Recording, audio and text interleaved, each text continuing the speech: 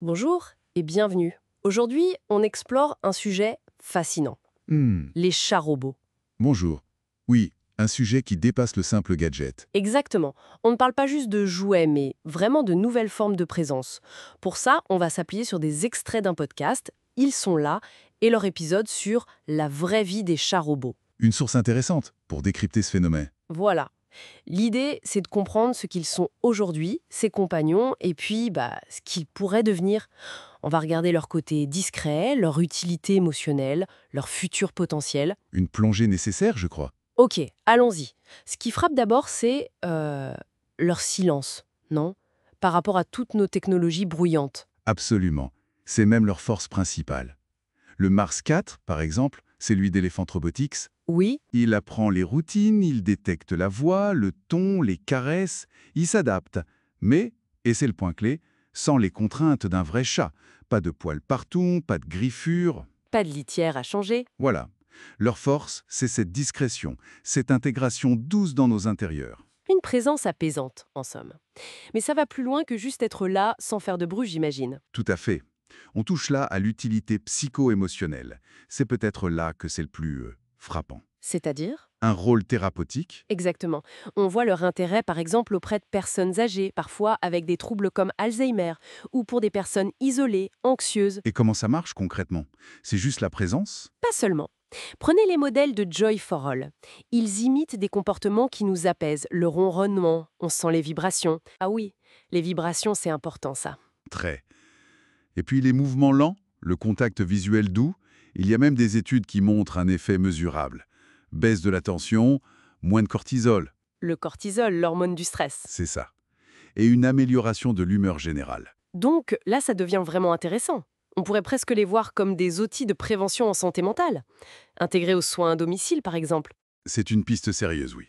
Pour aider à gérer les émotions. Un peu comme comment dire, des doudous technologiques avancés. Et ça ne s'arrête pas là, si j'ai bien compris, l'évolution continue. Elle est double, en fait. Logiciel et physique. Ok, commençons par le logiciel, l'intelligence. Le futur proche, c'est des chats robots capables de détecter des micro-changements chez nous. La voix, bien sûr, mais aussi les pupilles, le rythme cardiaque. Pour anticiper nos besoins émotionnels. Des thérapeutes silencieux, en quelque sorte. C'est un peu l'idée, oui. Une détection très fine de notre état. Et physiquement, La carrosserie, comme je disais tout à l'heure, là, on parle de biomimétisme, imiter le vivant, et de robotique souple, avec des matériaux plus flexibles. donc des mouvements Chat. beaucoup plus fluides, plus agiles. On peut imaginer, d'ici 10 ans, peut-être moins, des robots capables de sauter, de grimper avec une grâce presque organique. Waouh. On passerait d'une imitation un peu figée à quelque chose de vraiment dynamique. Mais si on pousse encore plus loin, la science-fiction. Alors là, on entre dans le potentiel de l'IA générative, couplée à d'énormes bases de données psychologiques. Pour faire quoi? Lire dans nos pensées. Presque. Pas lire les pensées, mais peut-être anticiper nos humeurs, nos réactions. Voire suggérer des comportements bénéfiques. Ou détecter un conflit intérieur rien qu'en nous observant. Attendez, une machine pourrait nous comprendre mieux que nous-mêmes. Ça soulève des questions éthiques, non? Évidemment.